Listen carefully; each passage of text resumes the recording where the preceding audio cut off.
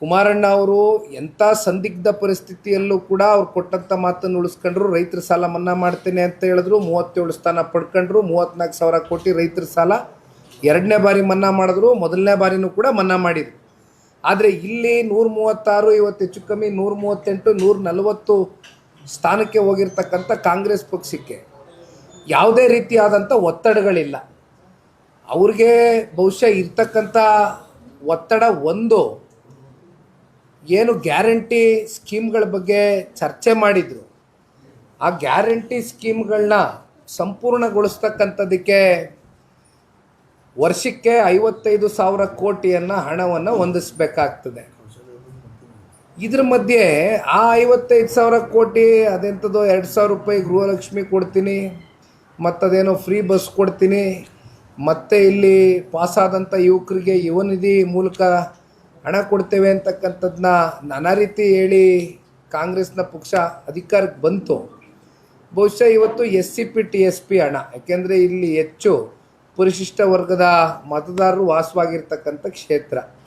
SCP TSP ಹಣ ಈ ವರ್ಷ 2026-27 ಸಾಲಿನಲ್ಲಿ ಹೆಚ್ಚು ಕಮ್ಮಿ 15,000 ಕೋಟಿ ಈ ವರ್ಷದ ನಾನು ಹೇಳ್ತಾ ಇರೋದು. ಇದ್ರ ಹಿಂದಿನ ವರ್ಷ 36,000-38,000 ಕೋಟಿ ಕಳೆದ 3 ವರ್ಷದಿಂದ ನಿರಂತರವಾಗಿ SCP TSP ಹಣ ಅಂದರೆ ಅಂತಿಮವಾಗಿ ಪರಿಶಿಷ್ಟ ಜಾತಿ ಪರಿಶಿಷ್ಟ ವರ್ಗದ ಅವರ ಒಂದು ಅಭಿವೃದ್ಧಿಗೋಸ್ಕರ ಮೀಸಲಿಟ್ಟಿರ್ತಕ್ಕಂಥ ಹಣ.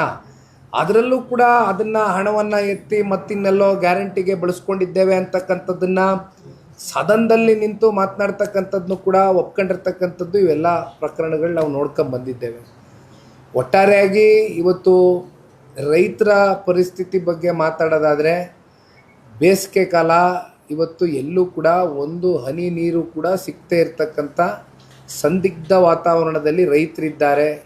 ಇಡೀ ರಾಜ್ಯದಲ್ಲಿ ಕಳೆದ 3 ವರ್ಷದಲ್ಲಿ 3,000ಕ್ಕೂ ಹೆಚ್ಚು ರೈತರು ಆತ್ಮಹತ್ಯೆ ಮಾಡ್ಕೊಂಡಿದ್ದಾರೆ. ಅದರಲ್ಲೂ ಇತ್ತೀಚೆಗೆ ಹಲವಾರು ತಿಂಗಳುಗಳ ಹಿಂದೆ ಕಳೆದ ವರ್ಷ ಅತಿವೃಷ್ಟಿಯಿಂದ ಧಾರಾಕಾರವಾಗಿ ಪ್ರಕೃತಿಯ ವಿಕೋಪಕ್ಕೆ ಮಳೆ ಸುರಿದು ರೈತರು ಬೆಳೆದಂಥ ಬೆಳೆ ಸಂಪೂರ್ಣವಾಗಿ ನಾಶ ಆಯಿತು.